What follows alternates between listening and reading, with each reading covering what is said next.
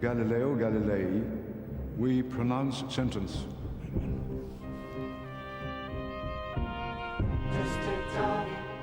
400 years ago, the Inquisition in Rome enforced strict adherence to Catholic dogma. Heretics often endured violent punishment. Among those at risk was Galileo Galilei, Europe's most celebrated scientist. I wanted people to understand that nature gave them eyes to see her works, but also brains to make them capable of understanding them. But the story of Galileo is not a simple one of faith versus reason, of a dogmatic church opposing a godless scientist. This is the story of a faithful Catholic, a man who believed in God and science. Galileo was honest when he said that the Bible was the true word of God.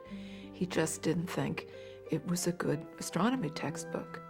Galileo, the Catholic father, gave his own daughter, Virginia, to the church.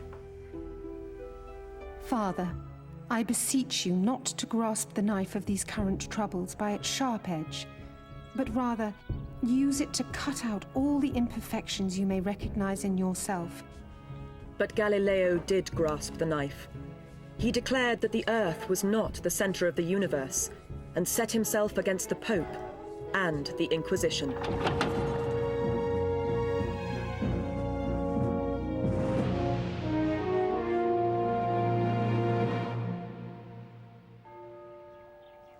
At the age of 69, Galileo was imprisoned in his own home until his death in 1642, 9 years later. The church silenced him, forbidding him to teach or publish. In those last few years, with his eyesight fading, Galileo reviewed his prolific writings. They reveal a lifetime of discovery and dispute. I discovered in the heavens many things that had not been seen before our own age. The novelty of these things stirred up against me no small number of professors. As if I'd put these things in the sky myself, only to upset nature.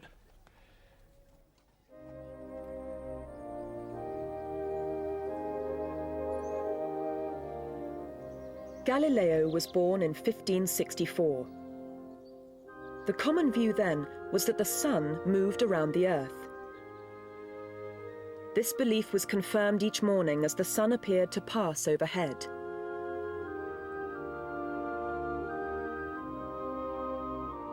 This was the universe as described 2,000 years ago by Aristotle.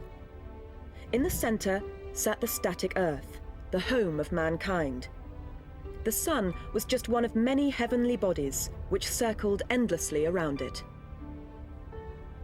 Dissenting from this accepted worldview could prove hazardous. The Catholic Church was in control of all knowledge, and the Jesuits considered the study of astronomy to be their business, an investigation of God's own work. The church's universities had 7 basic subjects that you had to pass before you could go on to philosophy and theology. One of those subjects was astronomy.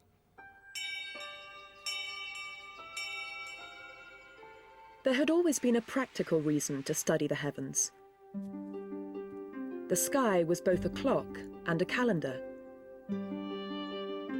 Each spring, gardens were planted at the time of the equinox. For the church, sunrise and sunset also defined the cycle of morning and evening prayer.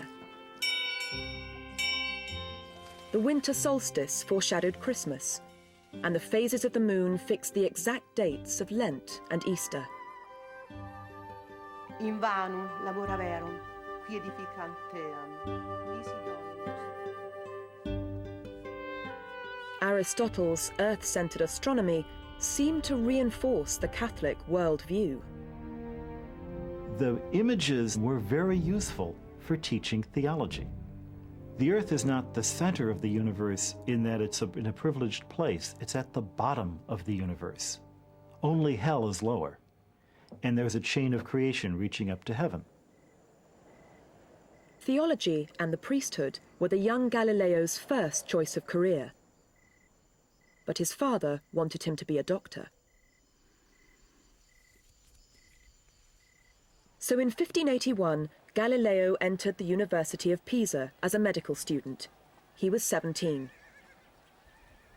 For several months, Galileo dutifully studied his anatomy textbooks. Even they were approved by the Jesuit authorities in Rome. But then he suddenly gave up medicine and began instead to study mathematics. It was the right decision. To the end of his life, he expressed a passionate belief in the power of mathematics. This grand book, the universe, could only be understood if one learned to comprehend the language and the alphabet in which it is composed. That is, the language of mathematics. Triangles, and circles, and geometric figures, without which it was impossible, humanly impossible to understand a word of it. Without it, one wandered as in a dark labyrinth. It's so confusing, the world. Where do we find truth? Where is the real truth? And there was a sort of consensus, which Galileo felt very deeply, that in mathematics you had real truth. If there was anywhere where human beings could think like God, it was when they were thinking about mathematics. So let's combine precise observation of nature, and let's apply that one technique of thought which we know God will share with us, which is mathematics, and let's put the two together, and then we will have a really secure foundation on which we can study things. Galileo became desperate to study free from the straitjacket of church teaching. By now he was 28, and what he needed most was intellectual freedom. He found it at Padua, far enough from Rome to be beyond the influence of the Jesuits. And Padua itself was a university. It was founded in 1222 by breakaway students. It wasn't chartered by a king or by a pope. It was absolutely free and had the Free Republic of Venice as its supervisor. So getting a job in Padua was as close to getting academic freedom as you could want, certainly in Italy and probably rather uniquely in Europe. And there were other benefits. The city of Venice was just a ferry ride away from Padua, and the young professor began an affair with a Venetian woman called Marina Gamba.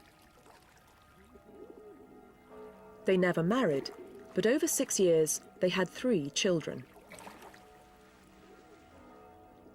Yes, he loved to have a good time. He enjoyed his wine. He enjoyed many forms of pleasure. But that didn't make him a bad Catholic, especially at a time when even the popes had illegitimate children. Galileo was 36 when his eldest daughter Virginia was born in 1600. The birth records in Padua say that she was born of fornication. Because Galileo was not married to her mother, they didn't live together. I suppose he might have lived with her if he'd wanted to, but his house was full of students and he worked at odd hours, so he didn't really keep his mistress or his children in the house where he lived. Galileo was an ambitious young scientist, and he continued to thrive in the free atmosphere of Padua. He was also an inventor, so he was fascinated when he heard that the lenses used by spectacle makers had been put to a new use. The first telescope was a novelty for partygoers, but Galileo saw in it another possibility. Hearing reports of a new invention from a lens maker in Holland, I determined to fashion a device for myself and was able to make considerable improvements in it. Galileo realized that spectacle makers could not give him the lenses that he needed in order to make this device more powerful.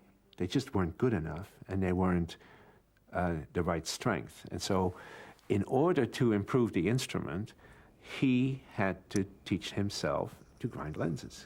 And that is extremely difficult, and it certainly was in 1610. By improving the lenses, he gradually increased its power tenfold. At this point, Galileo the entrepreneur saw an opportunity to make some money.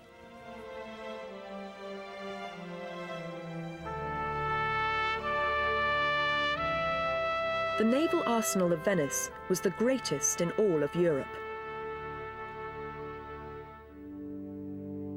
If the Venetians had a way to spot enemy ships hours before they appeared in the harbour, it would give them a distinct advantage. Installing his new device at the top of St. Mark's Campanile, Galileo organised some demonstrations. Numerous gentlemen and senators more than once climbed the stairs of the highest bell towers of Venice to observe vessels so far away at sea that 2 hours and more were required before they could be seen by naked eye without my spyglass.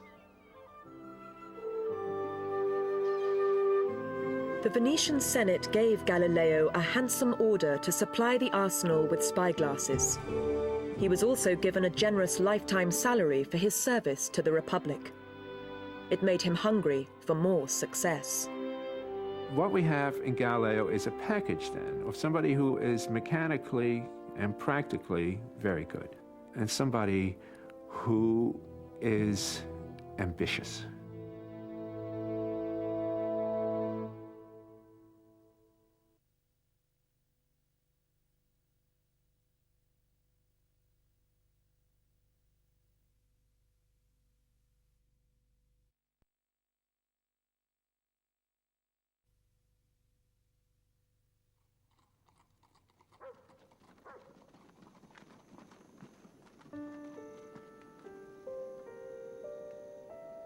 In 1609, Galileo's daughter Virginia was 9 years old. He was 45, and this was the year when he first pointed his new telescope at the heavens. Every night for 8 weeks, he sketched what he saw from his tiny courtyard, suddenly transformed into the world's leading astronomical observatory. From my observations, I've been led to the opinion that the surface of the moon is not smooth, uniform, as a great number of philosophers believe it and the other heavenly bodies to be, but is uneven, rough, and full of cavities and prominences, being not unlike the face of the earth, relieved by chains of mountains and deep valleys. Such features hadn't been seen before. This was quite different from the Church's teaching that all heavenly bodies are perfectly smooth spheres. Galileo's simple observations brought him into conflict with the established order. Galileo had observed the moon through a series of phases, and he apparently made some adaptations to his instrument and began exploring the planets. Now, Jupiter was the one that was in the most favorable position for observation. It was closest to the Earth at that particular point. And when Galileo looked at Jupiter, he saw 3 very bright little stars, invisible with the naked eye, on a line with Jupiter. And he remarked on that. He had no idea what they were. I mean, he thought that, of course, they were what they used to call fixed stars. In other words, the things that we call stars. But then, since it's such a remarkable configuration, he came back to it the next night. And, well, yes, there were still 3 stars, but their relative position to Jupiter had changed. And so within a week, he realized that what we have here are moons of Jupiter. Like the moon goes around the Earth, these moons go around Jupiter, and there are 4 of them. 4 planets, never seen from the beginning of the world, right up to our present day. These wandering little stars make their journeys around the planet Jupiter with a marvelous speed and with mutually different motions, like children of the same family. Galileo had found the first new astronomical bodies to be discovered since ancient times. More importantly, his discovery showed that at least some of the heavens did not revolve around the Earth. Eventually, it would bring him head-to-head with the Inquisition. But for now, Galileo was exuberant. He rushed into print because he knew he could get scooped. If we date the discovery from the first observation of Jupiter's satellites until he realized they were moons, January the 7th to January the 15th, he was in print by March the 12th. The book was out. Sidereus Nuncius, the starry messenger, was an enthusiastic announcement of telescopic astronomy. The first printing sold out within days, and news spread across Europe of Galileo and his incredible telescope. But as his fame grew, so did his legendary conceit. Sir, your ignorance of astronomy confounds me. I think if you spat on the ground, you'd see a new star in the shine of your own saliva.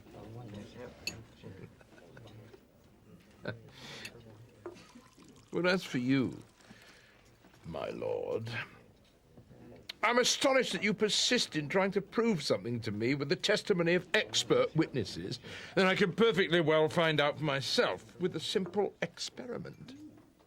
The young scientist believed he had been chosen by the Almighty. I render grace to God that it has pleased him to make me alone the first observer of an admirable thing kept hidden all these ages. Galileo's telescope was starting to undermine many of the established ideas about astronomy. For over 1,000 years, astronomers had tried to account for the motions of heavenly bodies by assuming that they were attached to transparent crystal spheres, rotating sphere within sphere. The Greek astronomer Ptolemy worked out the mathematics of the system in great detail to explain the motions of the sun, the moon, the stars, and the planets, all that could be seen with the naked eye. At the center of Ptolemy's intricate system sat the Earth, solid and unmoving. The Ptolemaic system was filled with ingenious geometrical devices. It made it possible for people to compute where the planets were to be, and this was useful, let us say, for astrology. It was useful if you just wanted to keep track of where things were in the sky. But it wasn't perfect. 60 years before the telescope, a Polish clergyman, Nicholas Copernicus, discovered that the calculations required to predict the positions of the planets in the sky would be simplified if he assumed that the sun, rather than the Earth, was at the center of the universe. Copernicus described the sun as though on a royal throne, ruling the planets that circled around it. It was a wonderful system aesthetically. For decades after his book, most astronomers simply suspended judgment. The reason was that there was no observational evidence that the Earth moved. In fact, it seemed almost silly that the Earth moved. In the Copernican model, the Earth had 2 separate motions, revolving around the sun each year and spinning on its own axis once a day.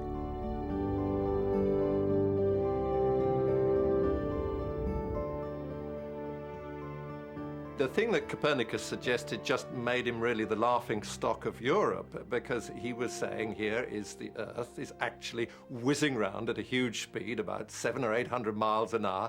That's just going round on its axis, and in addition it's going round the sun at about 30 miles a second. I mean, they were saying, this is just absolutely ridiculous. I mean, look at the ground. It's as solid as you can see.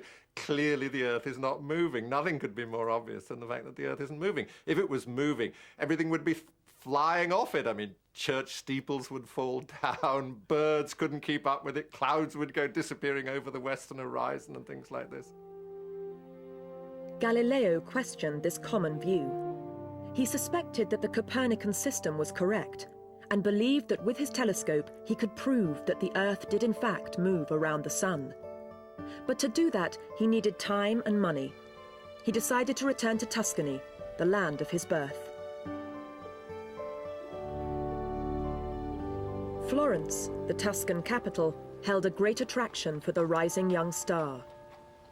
The home of Dante and Michelangelo, Florence had been ruled for centuries by the Medicis.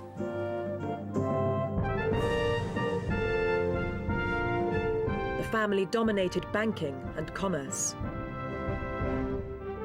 For Galileo, there could be no greater patron than Duke Cosimo de' Medici. He sent the Duke a copy of the Starry Messenger, his finest telescope, and a typically forthright personal plea. It is up to our sovereign whether I spend the rest of my days here in Venice or return to Florence. If I'm to return, I desire that your Highness shall give me leave and leisure without my being occupied in teaching. Finally, I desire of His Highness that in addition to the title of mathematician, he will annex the title of philosopher.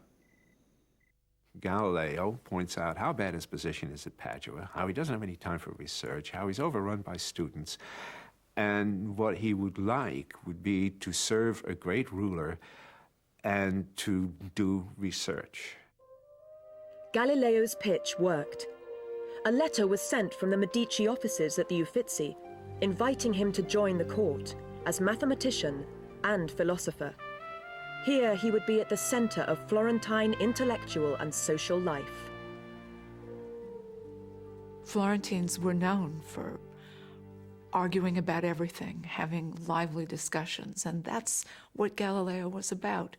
And there was tremendous appeal for him, and even more status in being attached to the court of the Grand Duke.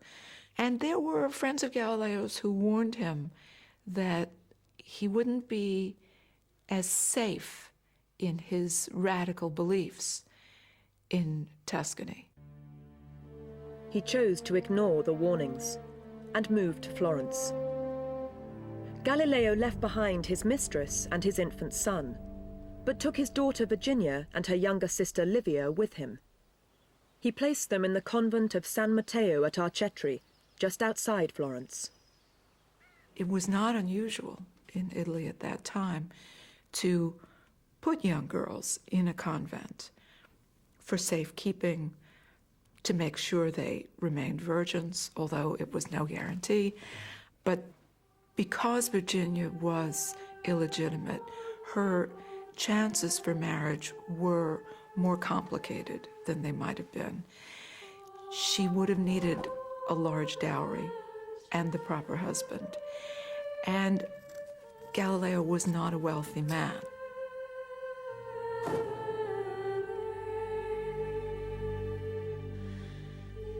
Young nuns like Virginia were expected to cut their links with the outside world.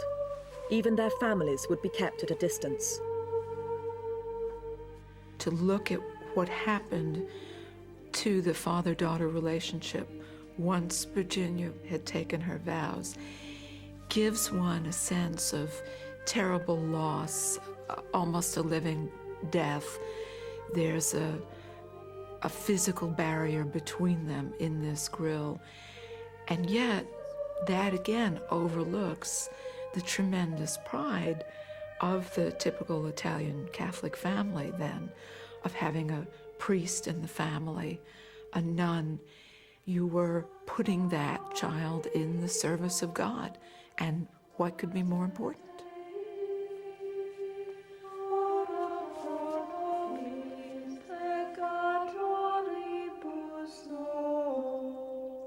Over the course of 10 years, Virginia wrote dozens of private letters to her father from the convent. Galileo's servants acted as postmen, delivering baskets of food and clothing between the two. Many of Virginia's letters survive, but all of her father's responses have been lost.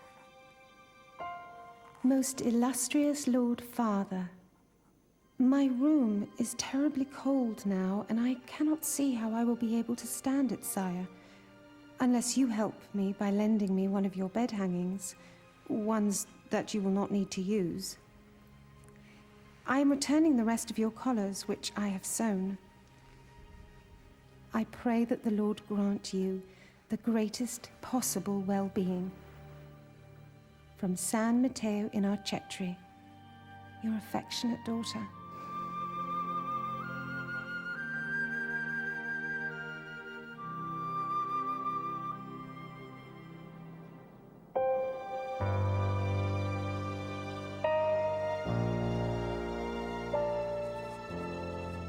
Free of his family, Galileo concentrated all his efforts on the idea first proposed by Copernicus, that the sun, not the Earth, was the center of our planetary system.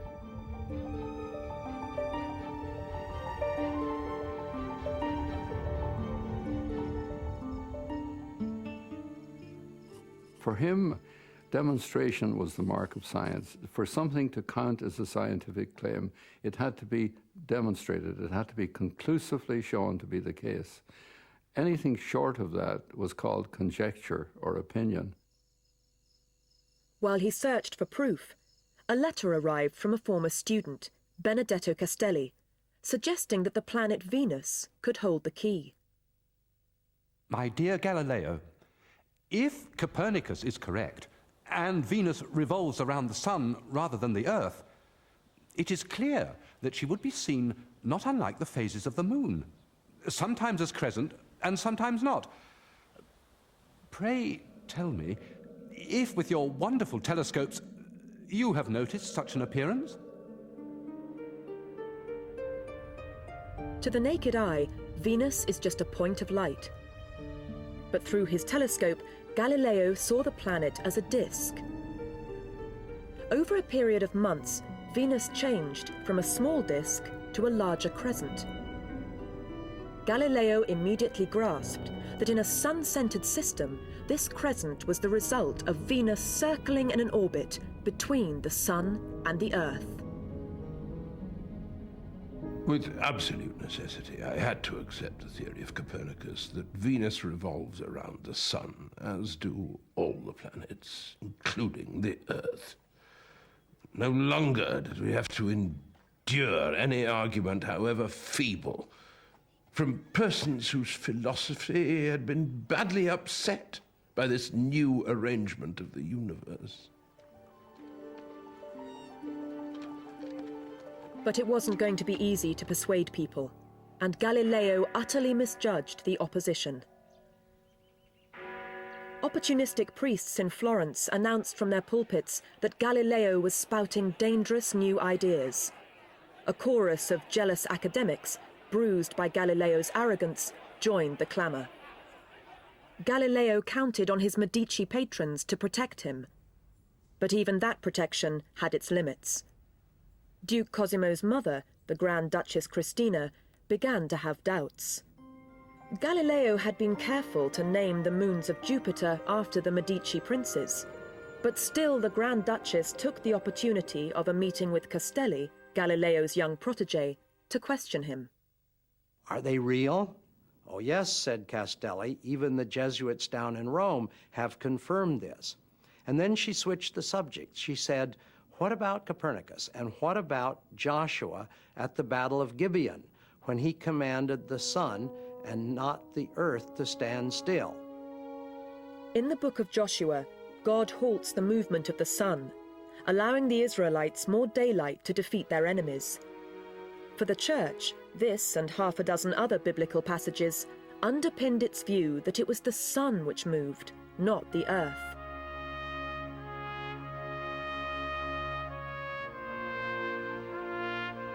The Grand Duchess Christina worried that her new court philosopher was contradicting the Bible. He insisted he was not.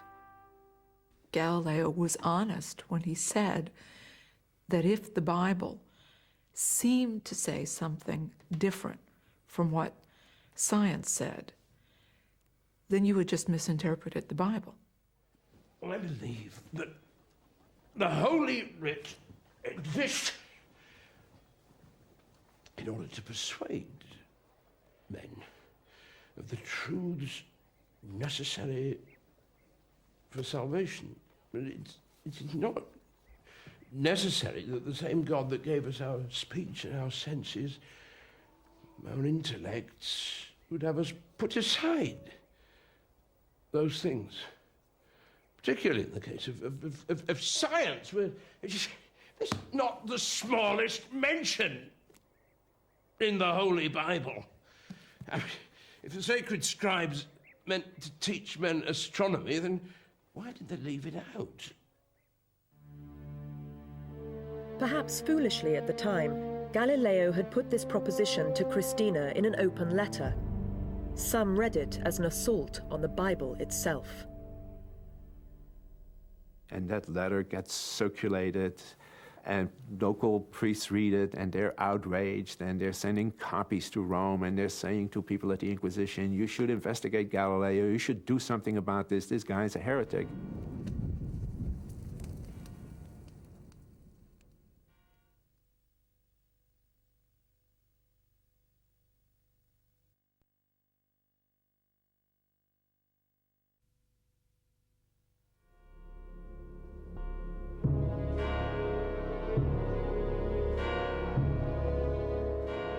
Galileo was well aware of what could happen when the cardinals of the Inquisition investigated heresy.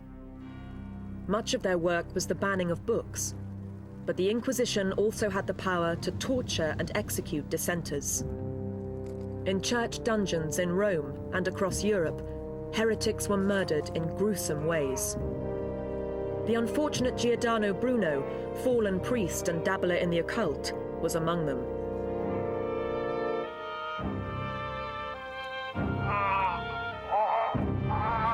To the Inquisition, extreme measures were justified. Whatever pain was inflicted was done in the name of God. They were fighting to protect the Catholic Church and Catholic truth.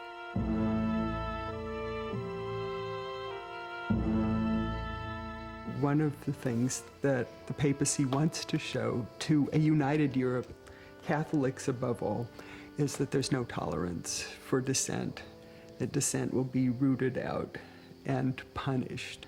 A Scottish heretic is burned at the stake with a pitch shirt so that he'll burn all the more brightly. And Bruno, who's burned alive, which is quite unusual. Most people are burned when corpses, is one of a whole series of people who are put to death as a way of showing that orthodoxy will be enforced.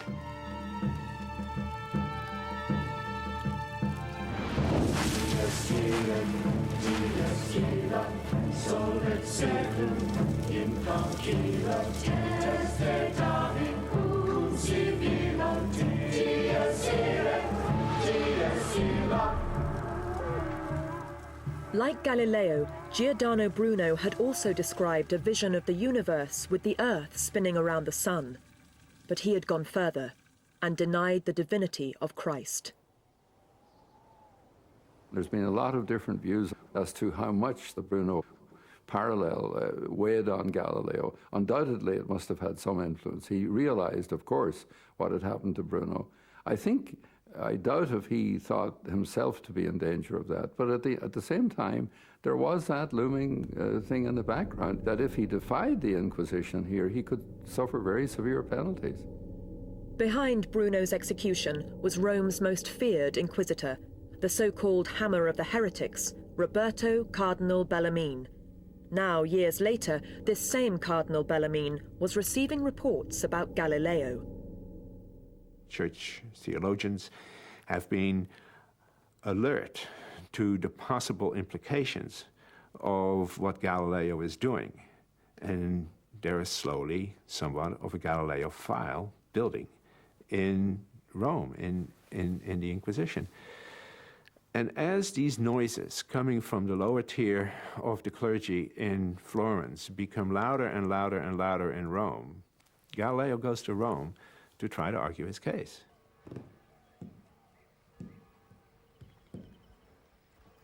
I decided to stand openly alone on the theatre of the world, to bear witness to the sober truth.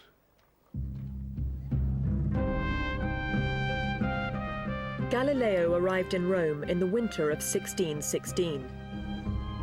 As a member of the Medici court, he became a guest of the Tuscan ambassador at the palatial Villa Medici on the Pincio Hill overlooking the city. From his balcony, Galileo could see the domes of the Vatican.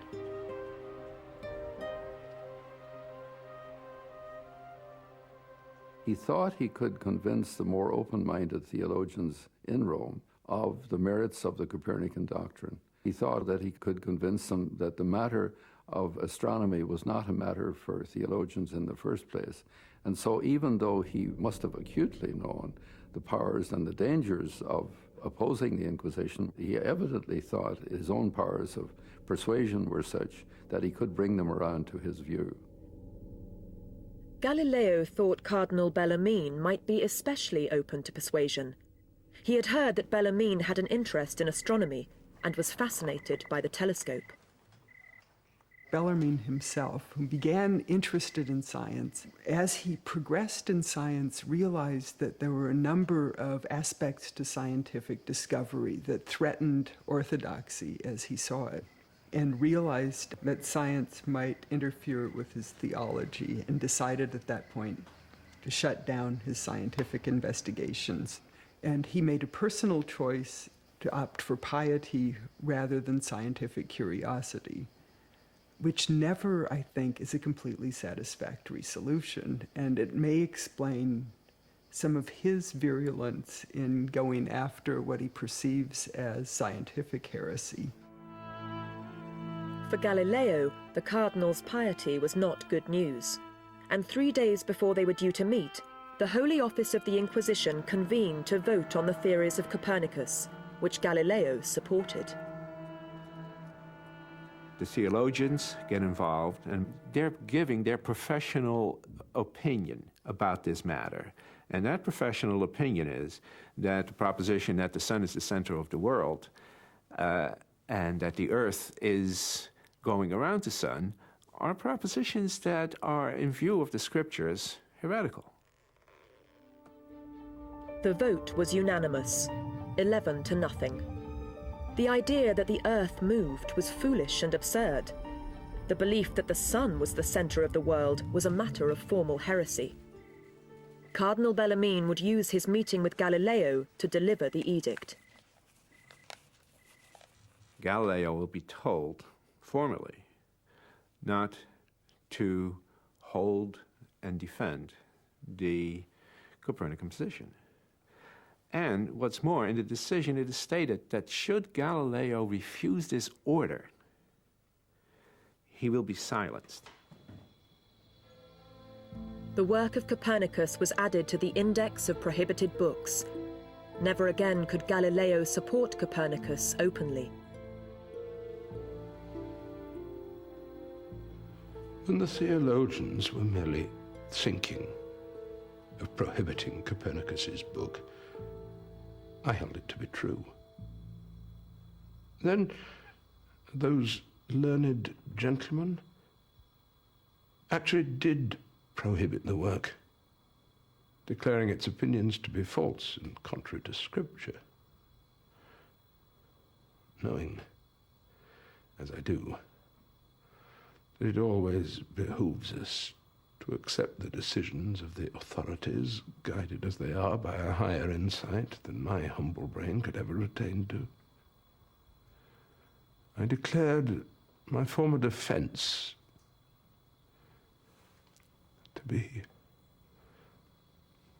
merely a poetical conceit, a dream, a fancy of my own. mia chimera.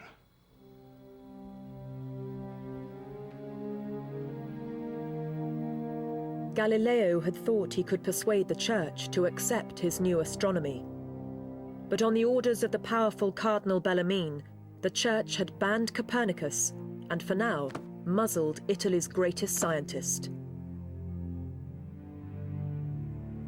If there were to be a struggle between religion and science, religion had won the first round.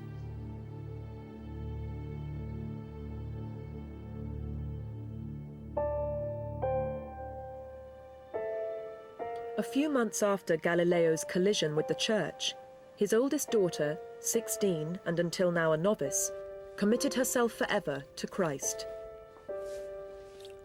Renouncing her worldly possessions, she surrendered her given name, Virginia, and chose for herself the name Sister Maria Celeste, apparently in honor of her father.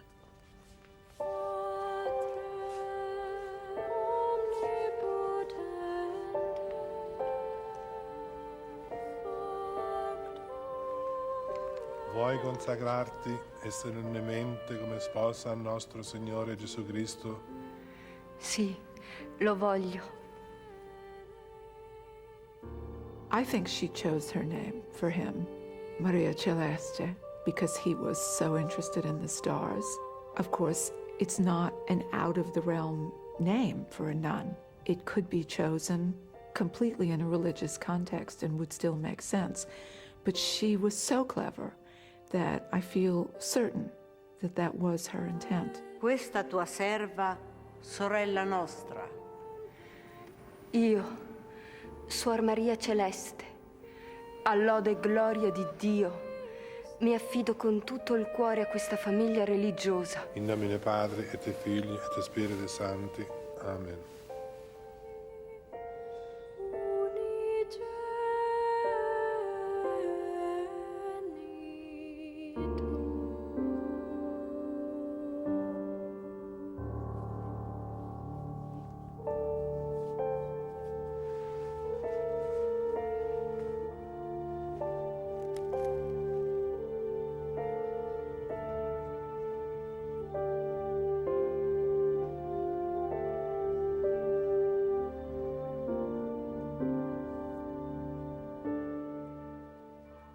Temporarily at a loss, Galileo retreated to Florence. He wanted to be closer to his daughter, and she found him a villa on the very same hillside as the convent. She now provided the only really close relationship in his life. Maria Celeste is extraordinary in every way. She lives in this cloister. She is cut off from the world, and yet she has her hands in everything. The real estate market, the foods, the small favors, the laundry. She never did lose her sense of being a dutiful Italian daughter. Throughout his 50s, Galileo was constantly complaining of terrible ailments. I find this very thin, cold air in Florence to be most cruel to my head and to all the rest of my body. Constipation, discharge of blood, colds. Over the last 3 months, left me in such a state of despair.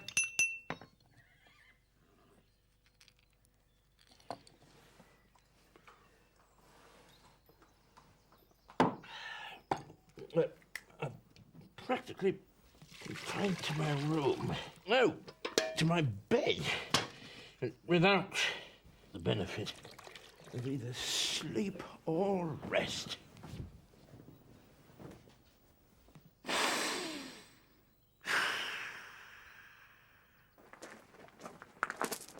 Maria Celeste seemed aware of Galileo's every passing need. Most illustrious Lord Father, please do not forget the grave condition you are in, and have a little more love for yourself than for the garden.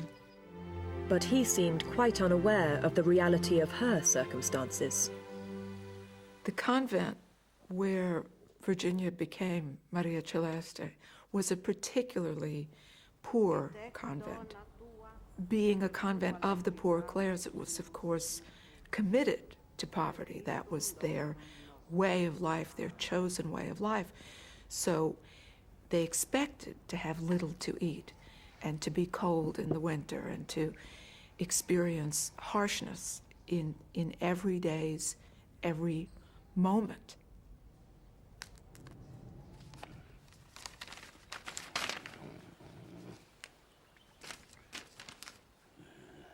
Sire, I assure you that I am never vexed by boredom, but sooner by the hunger, caused, I believe, by the coldness of my stomach, which does not get the full complement of sleep it requires.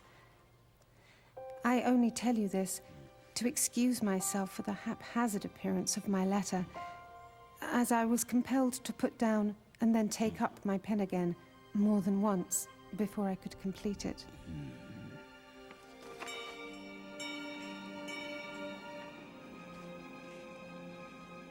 Maria Celeste is a bright personality. She's in a dark place. There's at least one nun who tries to kill herself in this convent. And yet, Maria Celeste always has a way of seeing the higher purpose, the higher good. For the Order of St. Clare, obedience was the highest virtue. Maria Celeste accepted her duty to obey the teachings of the Church. Her father found such discipline impossible. Sooner rather than later, another clash with the Church authorities was inevitable.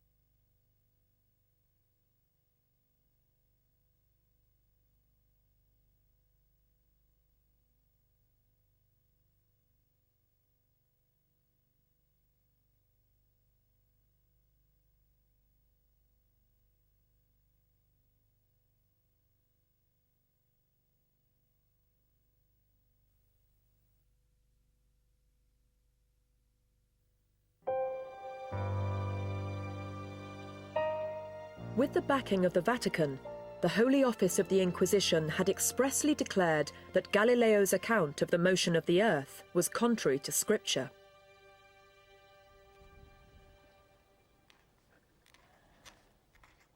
But Galileo wouldn't let the issue rest. He vented his frustration in outspoken letters to close friends and supporters. To ban Copernicus, when his doctrine is daily reinforced with many new observations, seems, in my judgment, to be a contravention of the truth, hiding and suppressing her when she's most clearly and plainly revealed. Cardinal Bellarmine may have slammed the door on Copernicus, but his ruling left one small opening for Galileo to seize upon. Cardinal Bellarmine had argued that the Church can change its opinion, but only if there is real proof that the Earth goes around the Sun. Galileo knew that his observations of the phases of Venus had suggested a sun-centered universe, but he could still not answer the fundamental question. If the Earth is hurtling through space, why can't we feel the movement? What is really exciting about Galileo, and you see it exactly the same in Einstein too, was the way he picked up what seemed to be an absolute impossibility. He said, we have this incredibly strong evidence that the Earth is not moving. Everything that our senses tell us is that the Earth is not moving. And yet Copernicus has got these rather strong arguments from astronomy to suggest that the Earth is moving. So then Galileo says, well, this actually should tell us something very deep about how nature works. He devised a thought experiment. He used a horse to represent the motion of the Earth, and he imagined a rider throwing a ball straight up with the horse at full gallop. He pointed out that because the rider and the ball share the same underlying motion, it was as if the motion did not exist. They stayed together. There is a sort of a principle of relativity where if you're sort of moving with the Earth, everything shares the same motion. Not only is the Earth moving, but I'm sharing that motion as well. And therefore it is all hidden. It was probably the first really great thought experiment in physics. In fact, he was so confident of the result, he never even bothered to do the experiment to show it was right.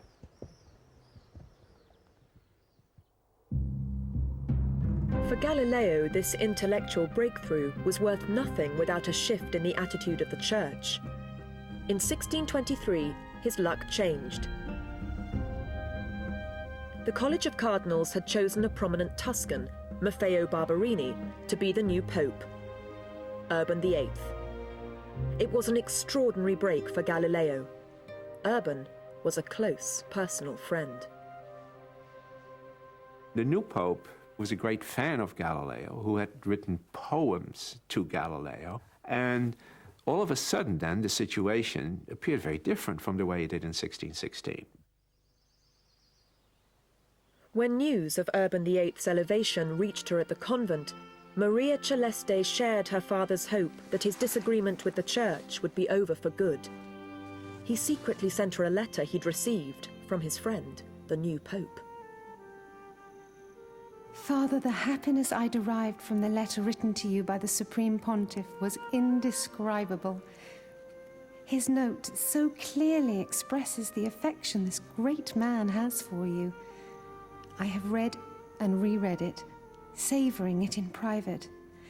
And here I return it to you as you insist, without having shown it to anyone.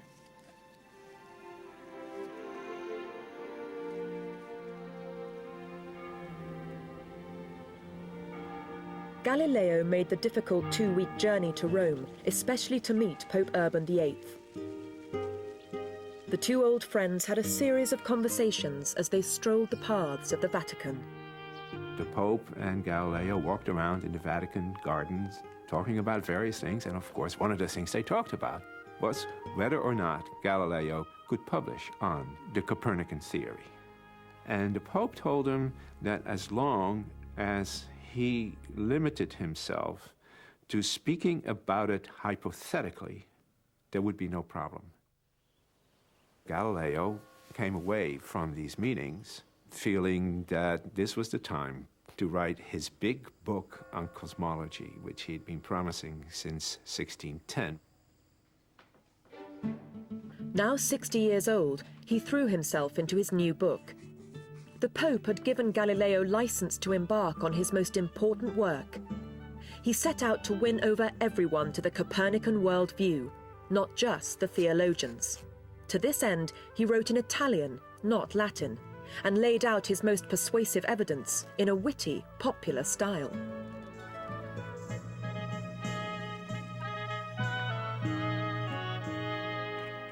Maria Celeste's letters suggest that her father permitted her to read his unfinished manuscript. There seems to be a genuine interest on her part in his work. Of course, she's self-denigrating. She always says, "I'd love to see what you're writing if you think I could understand it." And of course, I'll promise not to talk about it to anyone else. So they have an intimacy on the work level.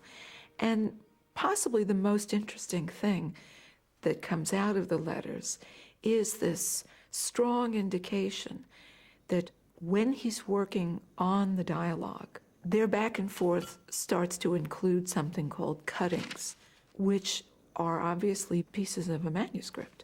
And it seems that she is the one who's actually preparing the manuscript. Galileo suffered regular sickness, forcing him to interrupt his work. But after 5 long years, the end was in sight.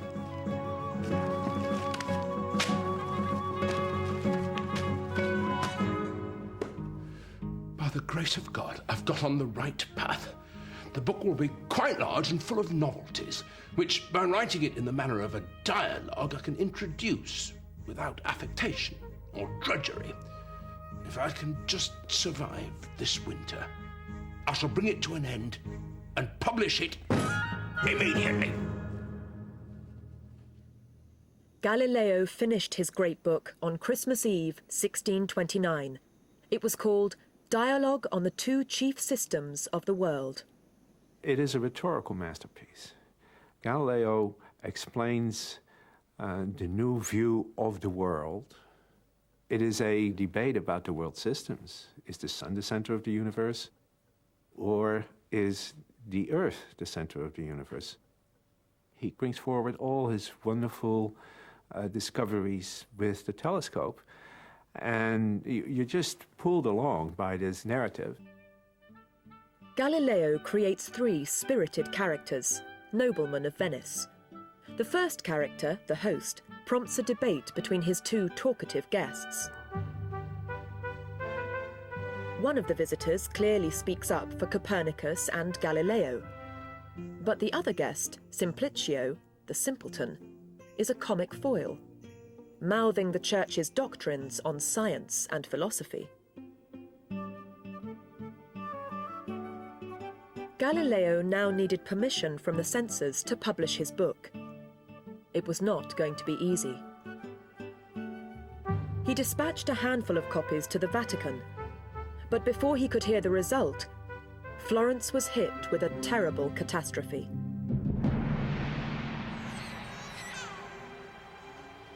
In 1630, the bubonic plague struck all of Tuscany.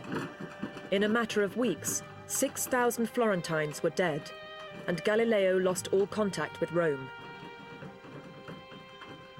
Every night, as the city cowered behind barred doors, carts would collect the bodies. Physicians wandered the streets in masks stuffed with straw to protect them from contagion. An outbreak of bubonic plague strikes all of Italy, strikes badly in Tuscany, and because of the development of science, there's some idea that there's contagion involved. And so there are attempts by the Grand Duchy of Tuscany, which is a pretty centralized governmental system, to establish quarantines, often in terms that we'd find inhuman, sealing up people's houses.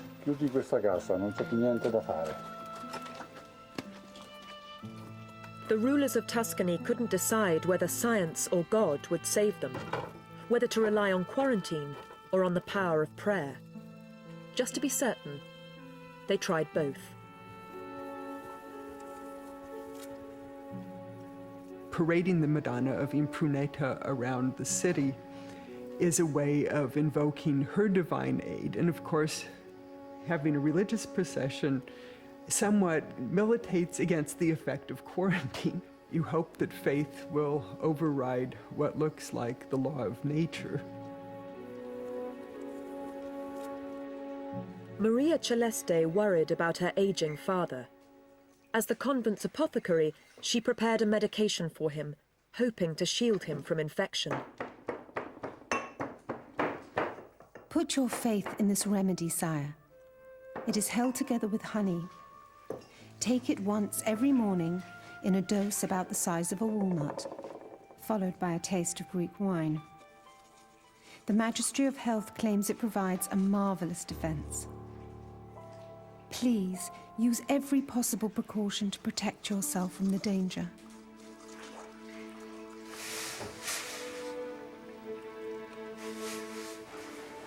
The sisters' cloistered isolation may have saved them from infection, and by the spring of 1631, the epidemic had subsided enough to permit limited communication with the outside world, and Florence with the rest of Italy.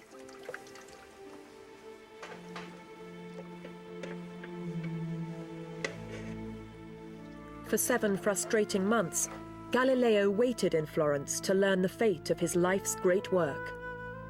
Had his manuscript been lost in quarantine? Had his work been stolen?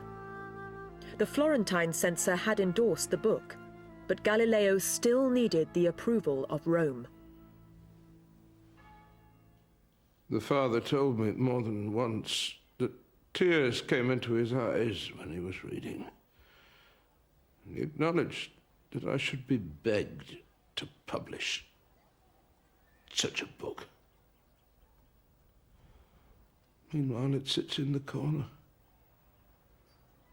and my life wastes away.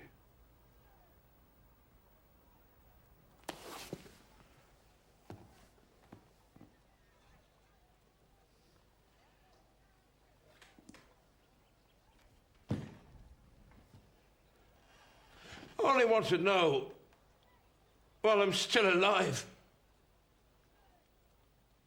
what is the outcome of all my hard work? While Galileo waited, the copies of his dialogue were quietly passed among powerful Roman churchmen. Curiously, Galileo's great admirer, the Pope, may not have actually read it. But he had heard rumours. Rumours that Galileo had put Urban's side of a private conversation into the mouth of a fool. Rumours that Galileo had not written a scientific work, but a literary satire.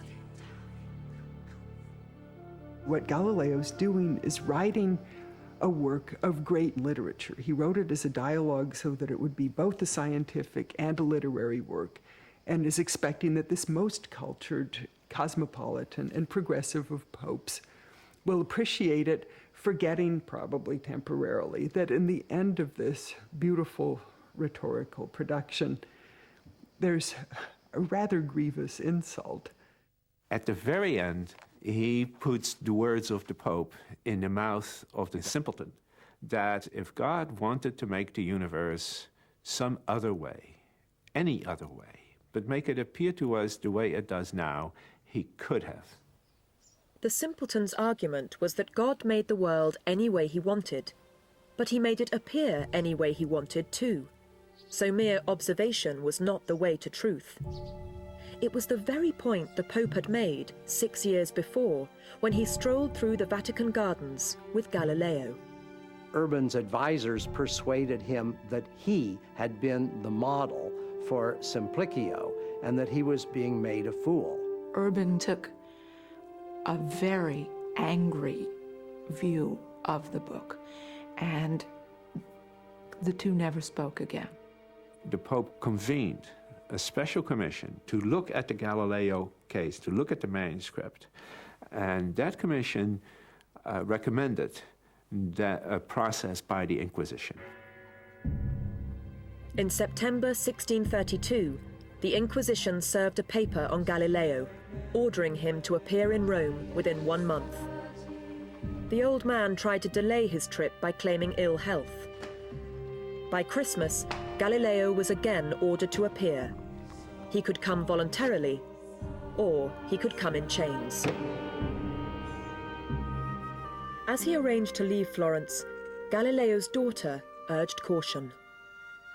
Father, I beseech you not to grasp the knife of these current troubles by its sharp edge, but rather, seizing it by the blunt side, use it to cut out all the imperfections you may recognize in yourself and arrive at an awareness of the vanity and fallacy of all earthly things. In Rome, Galileo waited in the Tuscan embassy, but for months his summons to the Inquisition did not appear. His trial order finally arrived in April 1633. Like most such proceedings, Galileo's was conducted with strict formality and perfect civility.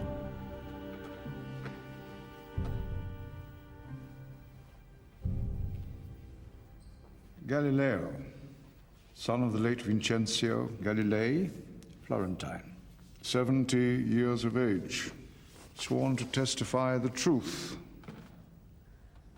The Inquisition limited the trial to 2 simple questions of fact. 16 years earlier, did the late Cardinal Bellarmine forbid Galileo to advocate Copernicus? And had Galileo ignored the Cardinal's injunction by writing his dialogue? Let Galileo state what the most eminent Cardinal Bellarmine told him about the decision of the Holy Congregation of the Index on a certain day in the year 1616.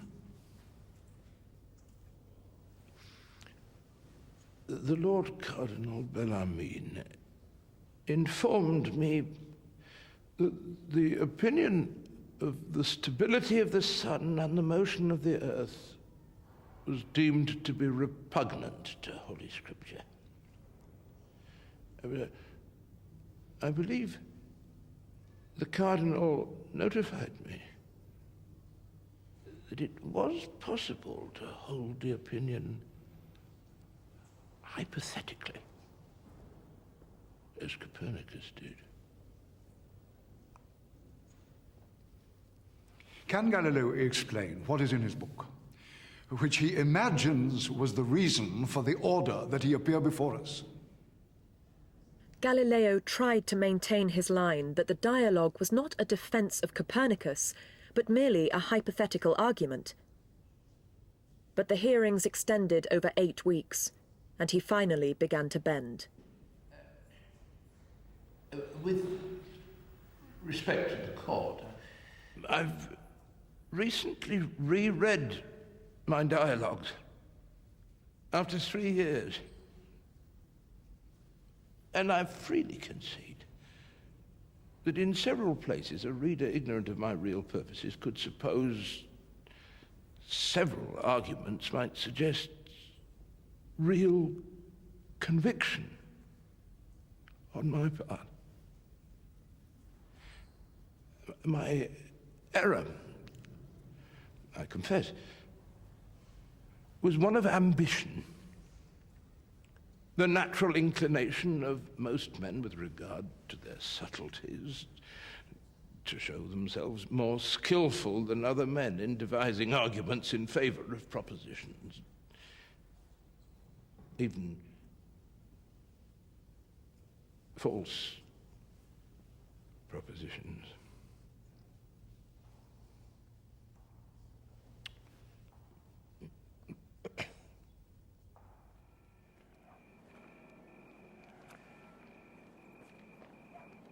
Galileo was remanded to a small room in the palace of the Inquisition, while the cardinals of the Holy Office deliberated with the Inquisitor.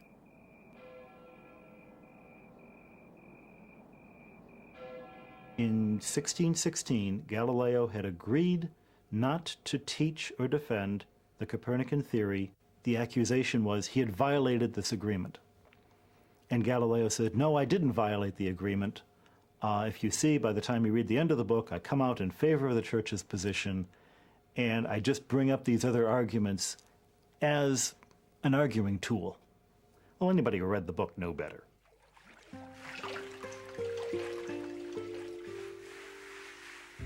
News of Galileo's confinement reached Maria Celeste, and she immediately sent a letter, not knowing if it would ever get to her father. Detained in the chambers of the Holy Office. I have given no hint of these difficulties to anyone else, wanting to keep the unpleasant news to myself. Father, now it is the time to avail yourself of that prudence which the Lord God has granted you.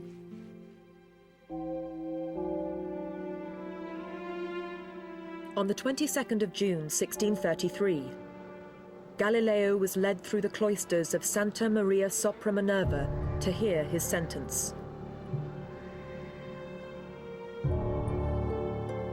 The walls and ceiling warned him what fate might await him.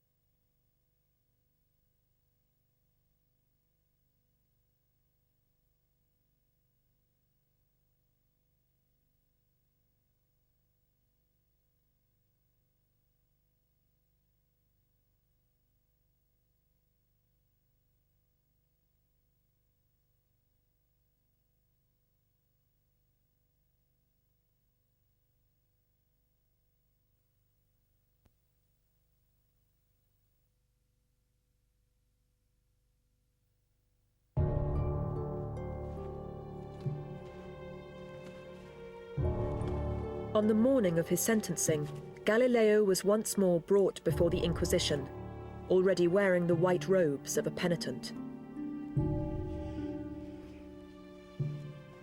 We pronounce sentence.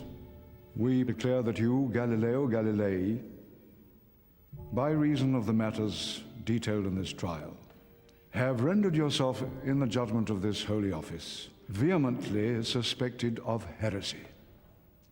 Namely, having held and believed a doctrine which is false and contrary to Scripture, that the sun is the center of the world and does not move, that the earth is not the center of the world and does move, we condemn you to formal imprisonment in this holy office at our pleasure. Galileo was given a chance to renounce his errors, and he took it.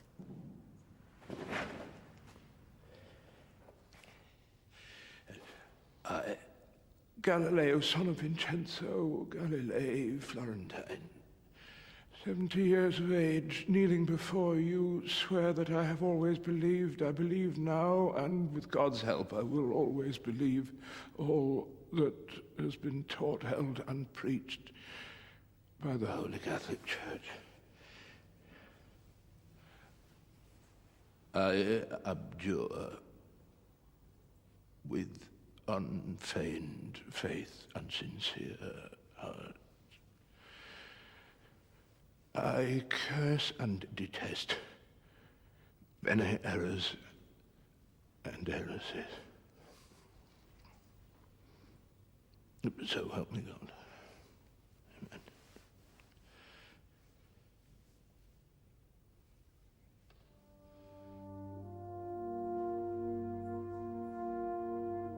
The trial of Galileo was over. Dialogue on the two chief systems of the world was added to the index of prohibited books. It would remain banned for the next 200 years. Confined in the Tuscan embassy, Galileo would not know for months whether he would be allowed to return home.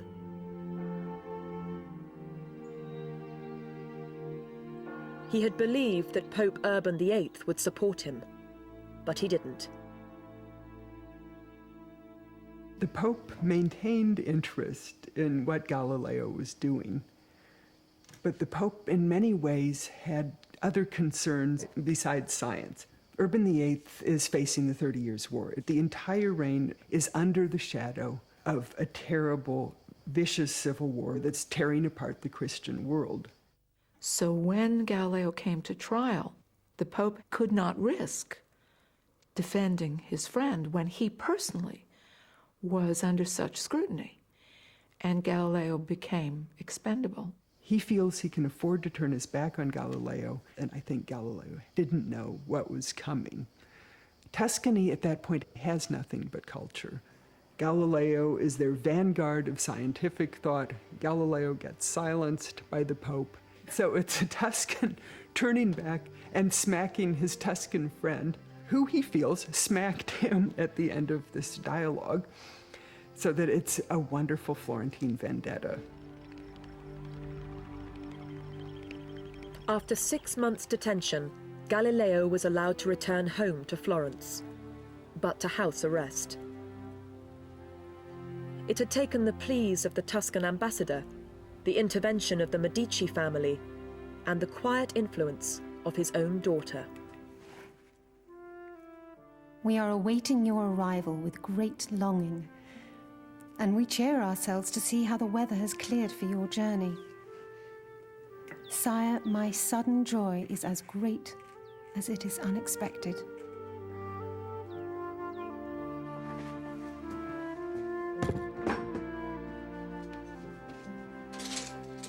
Galileo was home, but confined to his own house, unable to teach or travel, or even see his daughter without permission.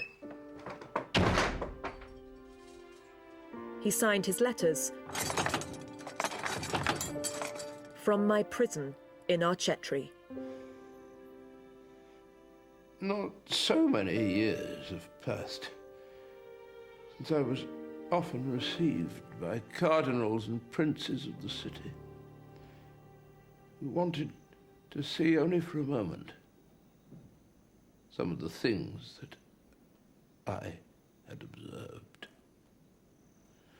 Latin orations were occasionally recited in honor of me, the Duke's mathematician, discoverer of new planets, eyewitness of wonders unknown to the ancient philosophers. Vigor meus in ardoribus estatis. In addition to his confinement, Galileo was required to recite prayers of penitence each week. Maria Celeste undertook to relieve him of this burden. I obtained permission to view your sentence, sire. By taking upon myself the obligation you have to recite each week the 7 Psalms, I have already begun to fulfill this requirement. Shortly after his return, Galileo was permitted a private reunion with his daughter.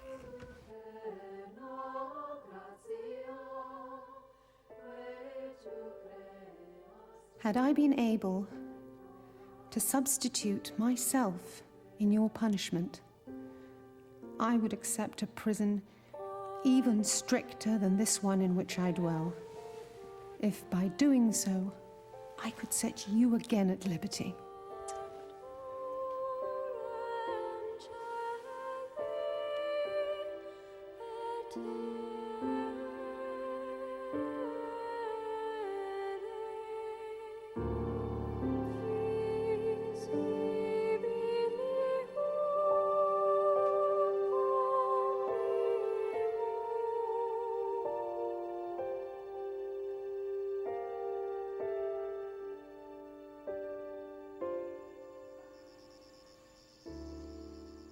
Galileo had been so consumed by his own problems, he hadn't realized that Maria Celeste had become increasingly ill. I am not very well, but by now I am so accustomed to poor health that I hardly think about it, as it pleases the Lord to keep testing me with some little pain or other. I thank him, and I pray that he grant you, sire, the greatest possible well-being.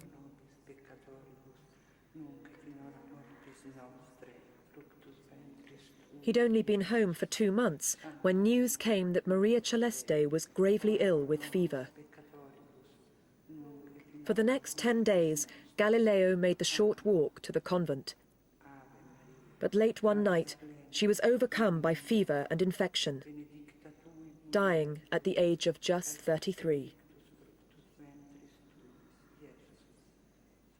When Maria Celeste died, he lost a practical support, an honest advisor, and a loving daughter.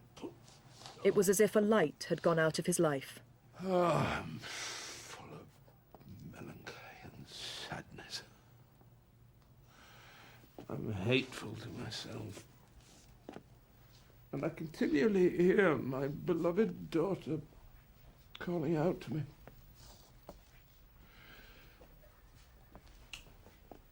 Maria Celeste suffered ill health during my absence.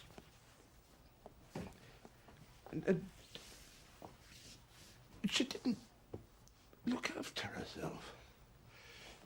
Go on, goodbye.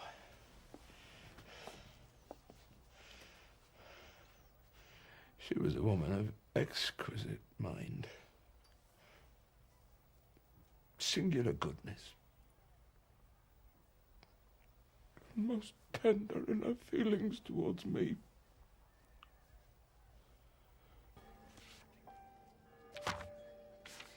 The old man had lost his daughter and been humiliated by the Inquisition. But remarkably, he was yet to produce the most important work of his life. Still confined to his house, he began to re-examine his own early work on a fledgling science, the physics of motion. You get this extraordinary situation that he'd made these really great discoveries in the study of motion right back in about 1604, something like that, and he'd written it up in a Latin text back then. But it's so many other exciting things happened to Galileo, he never seems to have got around to publishing it. So it was, in a way, a blessing that he was put in house arrest. He finally made him get round to writing these results up.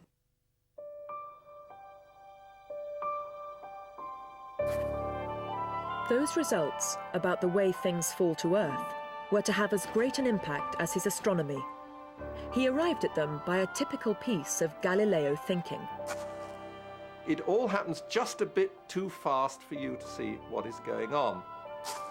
Galileo hit on this wonderful idea of slowing down the motion. So instead of trying to watch a thing falling, he rolled balls down very gentle slopes so that the speed built up very, very slowly.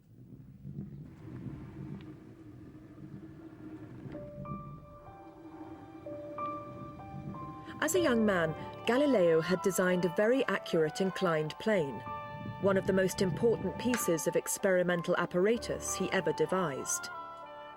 A pendulum determined precise intervals of time. He watches how that ball speeds up, and he measures how far it goes in a certain time. And then he makes his first empirical discovery that if in the first unit of time it goes 1 unit of distance, in the next unit of time it travels 3 units of distance, and in the next 5, and then the next 7. So it has this beautiful numerical progression, 1, 3, 5, 7. And he calls this the odd numbers rule. And he really is entranced by this. He knows he's made a huge discovery.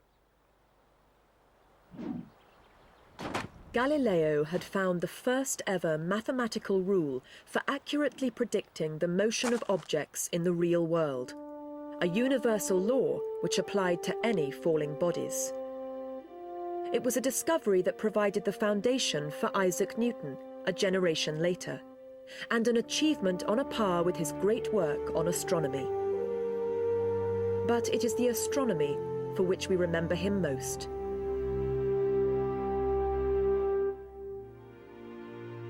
I always think that his dialogue on the two great world systems was the persuasive book that made it intellectually respectable to believe in a moving world, a sun-centered universe.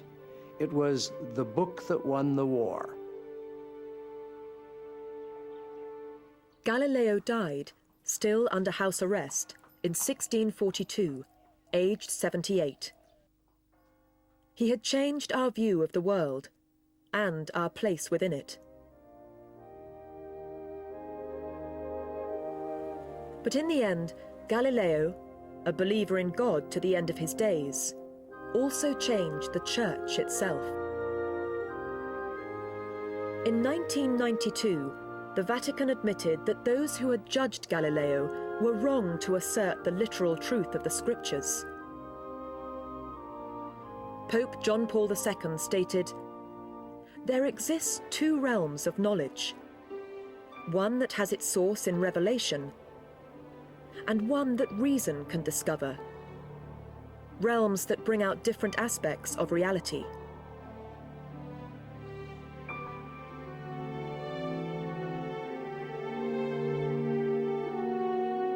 The Church had finally endorsed Galileo's own view of the difference between science and religion.